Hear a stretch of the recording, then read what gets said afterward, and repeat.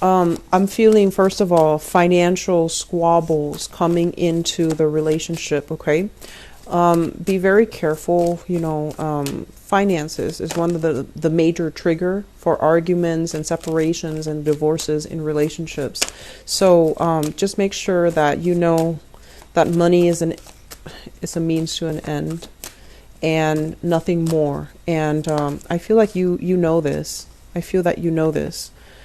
But I feel like, in terms of practicing what we know and applying what we know to real life, it can be a little bit difficult. So this is a month to kind of like, when you get upset, take a breather, take a moment, step away from that conflict, really try to calm yourself through, some deep breaths and think about as well, what do I love about this person? Dwell on what you love about the other person. Because a lot of the times, Virgos tend to be quite critical of the people around them. You can love, but you can also really nitpick and dwell on faults of the other person. So this is the month where we need to be kind to others, and we need to exercise that sense of, wisdom and fortitude and operate from our higher self so that we can see the good in people. And we can momentarily step away from conflict so that we don't escalate a situation, okay? It's also Mercury in retrograde, so there will be a lot of things that needs to be rehashed, things that come up between you and other people. If you've been sweeping them under the rug, or if the arguments from, years ago never got resolved, those things are going to be itching to come up as well. So it's kind of like a fertile ground for, a lot of opposition. It's a fertile ground for arguments and disagreements to take place. And if we are aware that the energy of the planets are also affecting the way we behave, we might err on the side of, de-escalation rather than letting silly things get out of control and having to deal with the consequences when it doesn't have to be that bad. Okay, so that's just my advice for you guys. I'm also feeling as well there is some type of a third party involved here in your relationship. So let's go into your reading. Yeah, there's some type of a third party here. Okay, so let's talk about the foundation. And the foundation is what you know to be true. We have here the Three of Cups in the reverse. And the Three of Cups in the reverse is a situation where there are three people involved in a relationship. Usually somebody who is juggling options, who is juggling, multiple options, multiple suitors, still dating around and still trying to figure out who they should commit themselves to. So I feel like you're dealing with somebody that does want to have a relationship, but they're not really sure whether or not they're ready to commit. Okay, so I feel like there is somebody who's commitment shy. They like the thrill and the excitement of meeting new people, forming new relationships, and just being able to date. And so if you're hoping for I feel like some of you are hoping for somebody to pick you, to settle down and to, finalize some plans with you. So for those of you who are single and you're dealing with this person who is dating around, I'm sensing that you're going to be seizing communication with them. The Four of Swords is usually like a meditative state. When it's in the reverse position, it's like we're not sitting here hoping and praying for things to get better, hoping and praying that person will choose us over other people. I feel like you're going to be kind of like coming into this sense of empowerment where you're just like, who is that person to make me wait around? I'm not going to wait around. I'm going to move on with my life, and I'm going to try to, find somebody that is willing to be exclusive to me. So if you find yourself as well juggling, and you've taken a long time to decide between multiple people, and especially if you have an air sign, an Aquarius, a Gemini, or a Libra, I feel like they're going to be giving you some ultimatums, or they're going to be sort of stopping, cutting out some type of communication with you, okay? So if you're dealing with an air sign, I feel like it's a no nonsense, type of a person, and they're going to want things to be very clear cut, to be very black or white. Are you picking me, and are you dating me exclusively, or are you dating other people? So that's what I'm feeling here, and I'm sensing that you need to be really quick when it comes to making these decisions. In the past, we have the Magician and the Death card, two major arcana cards. So in the past, you've had a relationship partner that was very, very karmic. For some of you, there was some type of a finality. The relationship is done, over with. And I'm honestly seeing as well this combination. I feel like some of you might be a widow or a widower. And I'm sorry for your loss if that's the case. I feel like somebody might have passed away, and as a result of it, you are currently single. And I'm also feeling as well, you were dealing with somebody like this. We have the Magician. This is someone who's very, very smart. They collect trivia. They collect random esoteric knowledge. They know everything about everything. And they're like a fixer-upper, like they constantly tinker with things, fix things, and their mind is so overly active that they have trouble sitting still. They have trouble, having a domesticated type of a lifestyle. So I feel like they weren't ready for it, and they were still as well. They wanted to go out. They wanted to have a very robust lifestyle. And I'm also sensing there might have been a lot of issues when it comes to them drinking or going out so much, or, constantly going out with their friends. And it became a major problem for the relationship, for the intimacy in your relationship. I'm also feeling as well, we have here, this is somebody that is meant for everybody. They're not supposed to be confined to just one person. So they might have trouble committing themselves to you. They might have trouble committing to just one person. And I feel like this person is no longer in your life, but it's like you can't really stay mad at them. You have trouble kind of staying mad at them. And usually I think of the Magician as someone who's very attractive, very handsome, very beautiful, very good to look at. They're very popular. They have a lot of friends, life of the party, smart, intelligent, witty. So like the whole package. But for whatever reason, this relationship was not conducive to, a domesticated situation. It was not conducive to a happy home life. And so you might have sailed away from this person, which brings us to the present moment. And in the present moment, we have here the Five of Swords. And the Five of Swords, basically, you're dating somebody that you're not very compatible with, okay? This is like mindless, brainless type of bickering. Arguments that are, it's not over anything important. Arguments that just for argument's sake, okay? So it's not really leading anywhere. It's not really conducive to anything. And I feel some of you are currently dealing with an air sign, an Aquarius, a Gemini, or a Libra.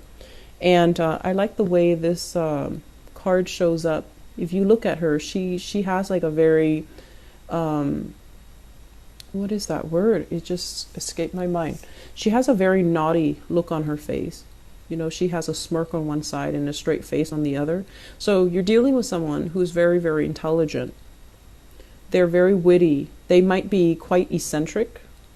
And they also, as well, have been through a lot of things in their lives. This is somebody that can be considered a little bit, strange, almost like a mad scientist. Very, very intelligent. Doesn't really care how he or she looks. They throw on whatever. And, they're not interested in being eye candy or arm candy to anybody.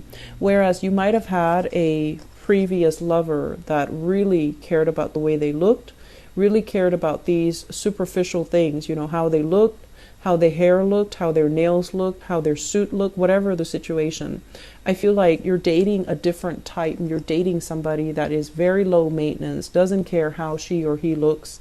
and they care about intelligence. And so you're stepping from one relationship partner into a strange new arena, and it can feel a little bit unsettling, and I feel some of you are feeling unprepared. If in the past you've been given free rein to do whatever you want, I'm sensing there's a lot more accountability in this environment, okay? If in the past your partner also gave you a lot of leeway, I feel like this new relationship is one where somebody can be, nickel and diming you. Somebody wants a lot of balance in relationships. Somebody expects like a more egalitarian relationship. And I also feel there's this sense as well of like feeling very incompatible with your partner. I feel like it's starting to dawn on you that, is this really the one for me? Because we've been arguing over nothing. And I'm also feeling the other person is like your equal match. They're just as intelligent as you. They're just, they have a really good eye for detail. They don't really miss anything. And so if you're telling them a white lie, they will know. And likewise, I feel like they're in the upright position, so I can't say that they're being deceitful or lying. But I just feel like, it's like somebody itching for a fight. They want verbal sparring and they want mental sparring because they get off on that. But I feel like for earth signs are not overly confrontational. And so when there is that much opposition and just mindless chatter and argument in a relationship, it can drive you nuts. So I feel like you're dealing with someone that might be very, very talkative, and it's kind of wearing you out mentally. That's what it feels like to me. They might not be a bad person, but I feel like there's just incompatibility. When you want quiet and solitude, I feel like they invade your space. When they want quiet and solitude, you want action. You want to do things and to experience things. So I feel like there's a little bit of a timing mix up between the two of you. Timing wise, you're not on the same vibration. Okay, you're not on the same wavelength. Crowning this reading is something that you are thinking about. We have here, this is the Eight of Wands, and the Eight of Wands is love, communication, messages coming from afar, having a lot of options, having a lot of people showing interest in you. And we also have as well the Seven of Swords. For those of you who are thinking about, especially juggling, and I do feel as well, let me see, if you are thinking about juggling, there's temptation here. Be very, very careful. On the other hand, if you fear that, oh, wow, my partner is really attractive and beautiful, and they're traveling, and they're really, really smart, somebody's gonna, want to scoop them up, they're going to succumb to temptation. And if you're dealing with an air sign, Aquarius, Gemini, and Libra, I don't feel that you need to worry, because I feel like, they're on the up and up. They have high moral standards. And so they're not going to do anything that would jeopardize the relationship. I don't think you need to worry. If you're worried as well, oh, my, current relationship partner is, too still heavily involved with his or her ex, or still talking to them.